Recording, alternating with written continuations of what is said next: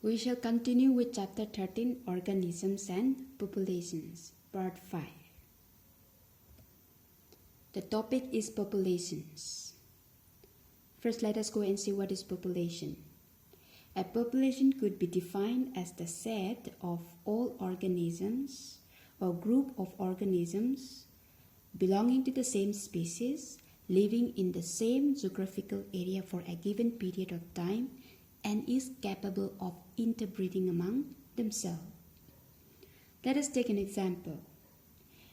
Let's say there are 100 rabbits living in same geographical area in a given period of time. Since these 100 rabbits belong to the same species, they can interbreed among themselves. So these 100 rabbits that are living in the same geographical area for a given period of time is what we call population. The group of individuals that contribute to the population can be produced by both asexual and sexual modes of reproduction. Rats in abandoned dwelling, thick wood trees growing in a forest, bacteria in a culture plate are all examples of a population. Next, let us go to population attributes or characteristics of population. A population has certain attributes that an individual doesn't have. If you take an example, an individual has birth and death, but a population has birth rate and death rate. An individual has sex, either male or female, but a population has sex ratio. So population attributes are summaries describing the characteristics of the population. Let us see what are the different attributes of a population or different characteristics of a population.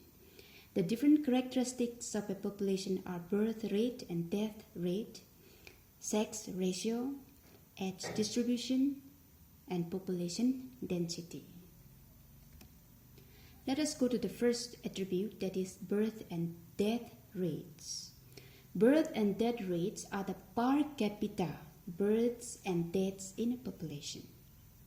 So the birth and death rates are calculated by dividing the total number of births and deaths by the total population in a given period of time. Let us take an example. For a particular year, let's say for a year 2019, there are already 10 people living in the same area. And out of these 10 people, if 2 of them give birth to 2 babies, then the birth rate will be calculated as 2 divided by 10. The same explanation applies for death rate. Now let us go to next one, that is sex ratio. The sex ratio calculates the ratio of male to female individuals of a population. Let us take an example again. 10 people living in the same geographical area for a given period of time. And out of these 10, if 4 are male and 6 are female, then the ratio will be 4:6. 4 male and 6 female. Next attribute is age distribution. A population comprises different age groups. Let us take an example of 100 rabbits living in the same geographical area again. These 100 rabbits will not come under same age group. So these 100 rabbits will be in different age groups. So now these different age groups in the population are divided into 3 age groups, such as pre-reproductive age group, reproductive age group, and post-reproductive age group. Now let us go and see which individuals will fall under pre-reproductive, reproductive, and post-reproductive age group. The individuals right from the birth till they attain maturity will come under pre-reproductive age group. And the group of individuals that are already in the state of capable of producing young one will come under post-reproductive age group. And the group of individuals who had grown old and are no longer capable of producing young ones anymore are the group of individuals that fall under post-reproductive age group.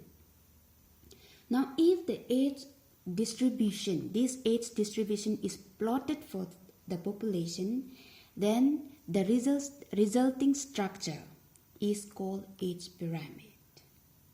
Now, the shape of this age pyramid indicates whether a population is growing or stable or declining. This is the representation of age pyramids for human population. Now let's look at the first one. Expanding age pyramid. The block that is yellow in color indicates the number of individuals belonging to the category of pre-reproductive age group. And the two blocks that are blue in color indicates the number of individuals that fall under reproductive age group, and the other three blocks that are pink in color, indicates the number of individuals that fall under post-reproductive age group. Now, if you look at this pyramid, we can clearly see that the number of individuals that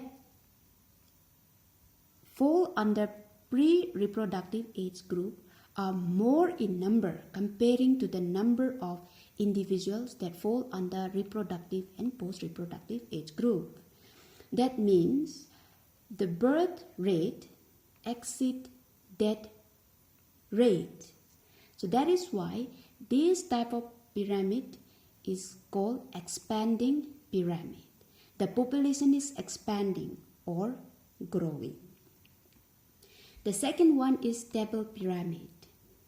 In stable pyramid, the number of individuals belonging to the three age groups are more or less same.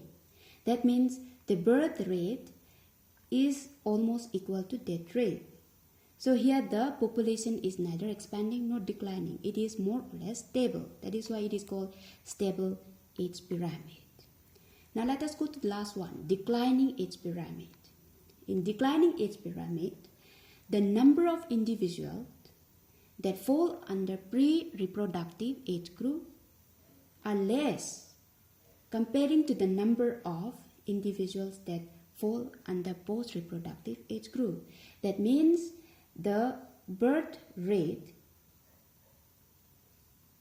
is less than the death rate, or death rate exceeds birth rate. So here the population is declining. That is why it is called declining age pyramid. Now let us go to the next attribute, that is population density. Population density refers to the size of population in a given period of time, or population density is the number of individuals in a given period of time. So this population density is the reflection of the condition of a habitat. More population density indicates that the habitat, that means the place where the organisms living provide more favorable living conditions. If the population density is less, that means the habitat doesn't provide favorable living condition for the organisms. Now, total count of individual, that means counting the numbers of individuals, is considered as an appropriate technique to calculate the population density. But sometimes total amount of biomass may also be required where total count of number is not possible. Let us take an example. In a forest, there are huge number of particular wheat growing, and there is a single banyan tree. then in such a case, counting the number of biomass would be more meaningful than counting of number of individuals. So hence we can summarize that a population attribute provides lots of information about an ecosystem and thus help in population ecology. That's all for today. Thanks for watching.